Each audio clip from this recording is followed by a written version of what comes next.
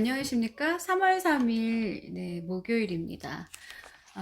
오늘 날씨 정말 좋네요. 잠깐 오전에 산책 다녀왔는데요. 벌써 바람 자체가 결이 달라요. 네, 어, 식사들 다 하셨죠? 네, 행복한 오후 보내고 계신지 궁금합니다. 스피치가 스펙을 이긴다 주제로 함께하고 있는데요. 제가 어저께 이제 3이라는 숫자를 꼭 기억을 하라고 알려드렸어요. 3분, 3, 그리고 1, 2, 3, 5 이상 넘어가면은 사람들은 흥미를 잃어버린다. 자, 보면은 훌륭한 스피치의 조건은 무엇일까? 간결하고 명확해야 된다. 팩트를 전달하되 길게 늘어뜨리면 사람들이 흥미를 잃는다.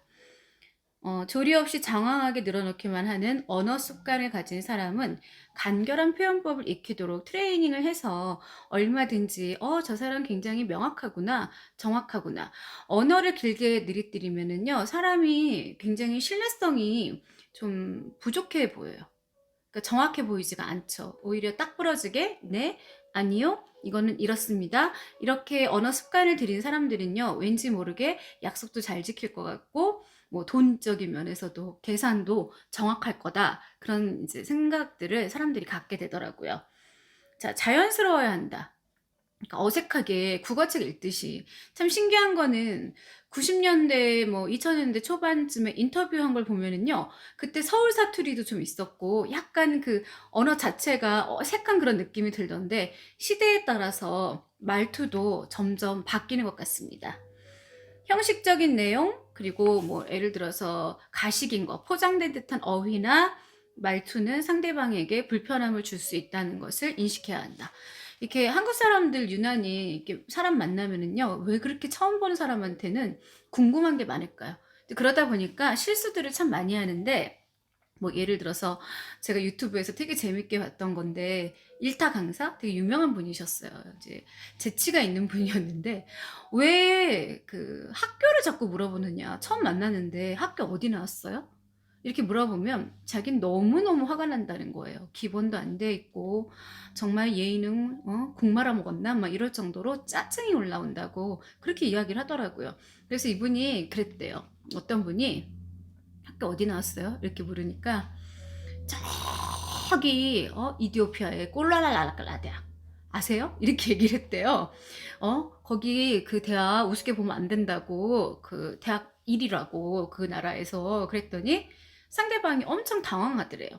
이제 저도 이제 어디 가면 그게 어떻게 보면은 친해지고 싶어서 한다고는 생각할 수 있는데 되게 불쾌할 때가 되게 많아요. 근데 그런 사람들은 웬만하면 가리고 보는데, 뭐 집은 어디냐, 학교는 어디냐, 뭐 지금 무엇을 하느냐.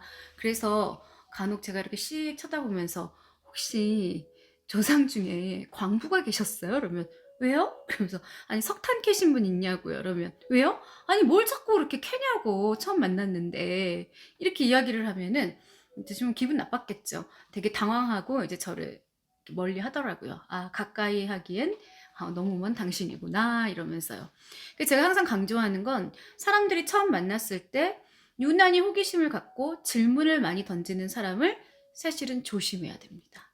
왜냐하면 나라는 사람이 어떤 사람인지에 대해서 파악을 하기 위해서 그 사람의 나름대로의 수법이거나 수단이거든요. 그런데 순진하게, 특히 아이들 같은 경우는 지금 어디 살아? 이러면은 저 지금 뭐 쓸데없는 얘기를 다 하죠. 뭐 엄마랑 아빠랑 헤어져가지고 뭐 어디 마산에서 올라왔는데 현재 신림동에서 자취를 하고 있고.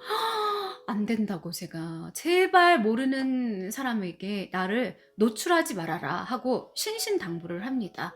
그래서 저의 개인적인 의견일 수도 있지만 어떻게 보면은 맞는 말일 수도 있어요. 잘 한번 생각해 보시기 바랍니다. 여러분의 의견은 어떠신가요? 그 다음에 생동감 있는 말, 살아있는 말이어야 되는 거죠. 네, 아무리 좋은 문구나 어휘라 해도 진솔한 진정성이 생명이다. 그 사자성어라든가 좋은 문구도 알고 써야지. 뭐 제 친구 중에 참 애 괜찮은데 의리도 있고 유난히 사자성어에 약한데 뭐 예를 들어 동문서답 이러면은 그거 있잖아. 뭐 동서남북 뭐 이런 식으로 그 뭐 오리무중하면은 뭐 오리가 무밭에 가면 중심을 잃는다 뭐 이런 식의 참 그리고 뭐 절세미인 하면은 뭐 절간에 새들어 사는 뭐 미친 여자 이런 식으로 해석을 하는 그런 친구가 있었어요. 네. 그래서 웬만하면은 모르는 단어는 쓰지 말라고 위험하다고 그렇게 이야기를 한 적이 있었죠. 자, 표현과 내용이 명쾌하고 분명해야 한다. 자, 보면은요.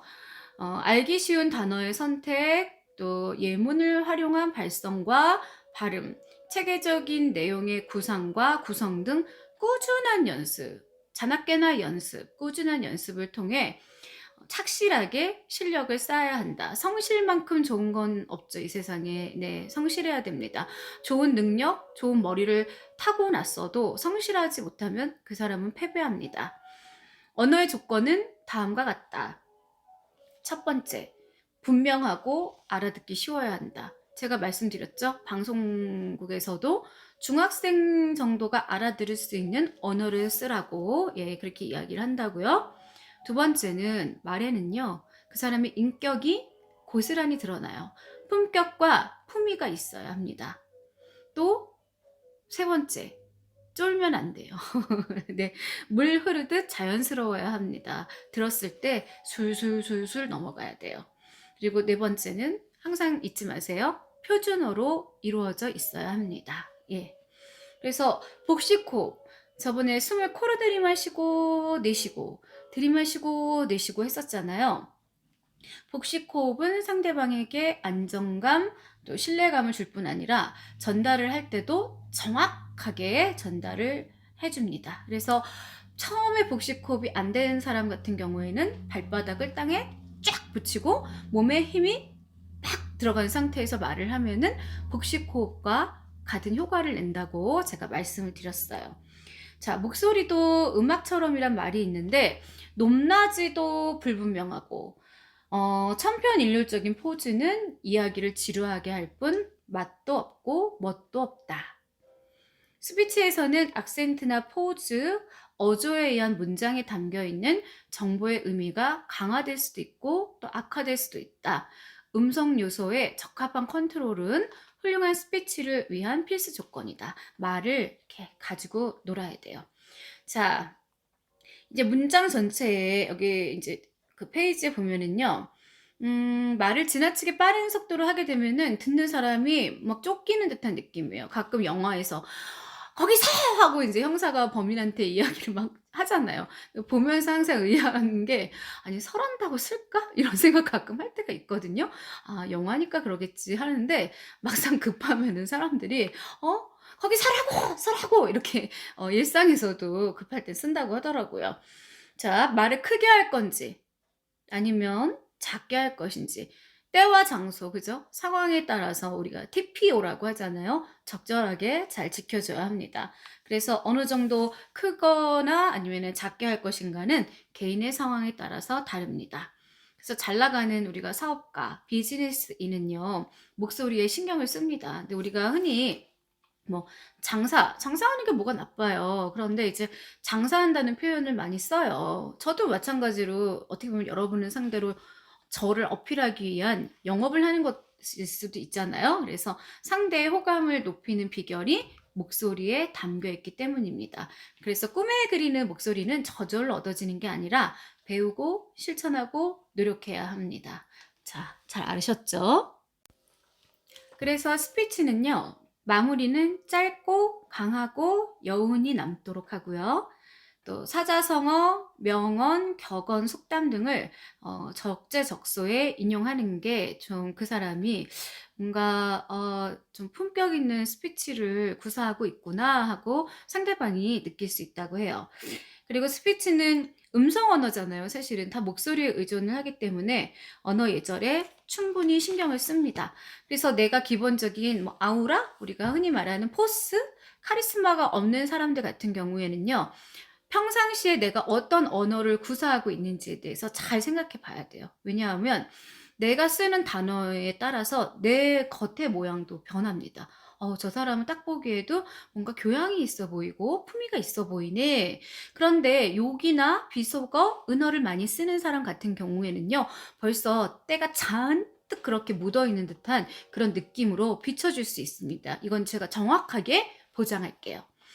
자, 지금은 목소리 전성시대. 갑자기 그러니까 옛날에 지금은 뭐 무슨 시대 하고 라디오 프로그램이 기억이 나는데, 개인적으로 지금은 이제 작고하셨지만 제가 이종원 선생님하고 좀 인연이 있었어요. 이제 교통방송에서도 저희 디프로 하시고 했는데, 정말 재치도 있지만 그 목소리가 꼭 감긴다? 빨려 들어간다? 그런 이제 그 느낌을 받을 정도로 제가 좀 존경하는 분이었습니다. 스피치는요, 특정 목적을 달성하기 위해서 하는 우리가 언어적 행위예요. 그렇다면 올바른 스피치란 뭐죠? 청중과 공감대를 형성하기 위해서 자신의 의견을 조리 있게 드러낼 수 있는 말을 하는 행위를 말하는데, 객관적이고 또 논리적인 요소가 중요하죠. 예전에 이제 수업을 할 때요. 지금 오늘 같은 날인 거죠. 오늘 아무것도 하고 싶지 않잖아요. 햇볕이 너무 좋고 벌써 이제 막 그 개나리가 피려고 이렇게 꽃망우리를 이렇게 보이더라고요. 꽃몽우리를. 그러면은 마음이 다 콩밭에 가 있어요. 딴 데 가 있어요. 그래서 항상 보면은요, 예전에 이제 봄철에 수업하면은요, 어쩌면은 제가 수업하는 게 그렇게 자장가로 들리는지 다들 숙면을 취해요, 숙면을. 그래서 저는 그냥 자라 그러거든요. 왜, 그냥 주무세요. 이렇게 얘기를 하면, 왜요? 이렇게 이제 묻는 친구들이 있어요. 아니, 성적 줄 때 정말 좋지 않냐? 이러면은 깜짝 놀라죠. 그런데, 튄다 그러잖아요. 우리가 가끔 뭐 야간 자율학습 고등학교 때도 할 때 보면은 갑자기 이제 저녁 때 튀어요.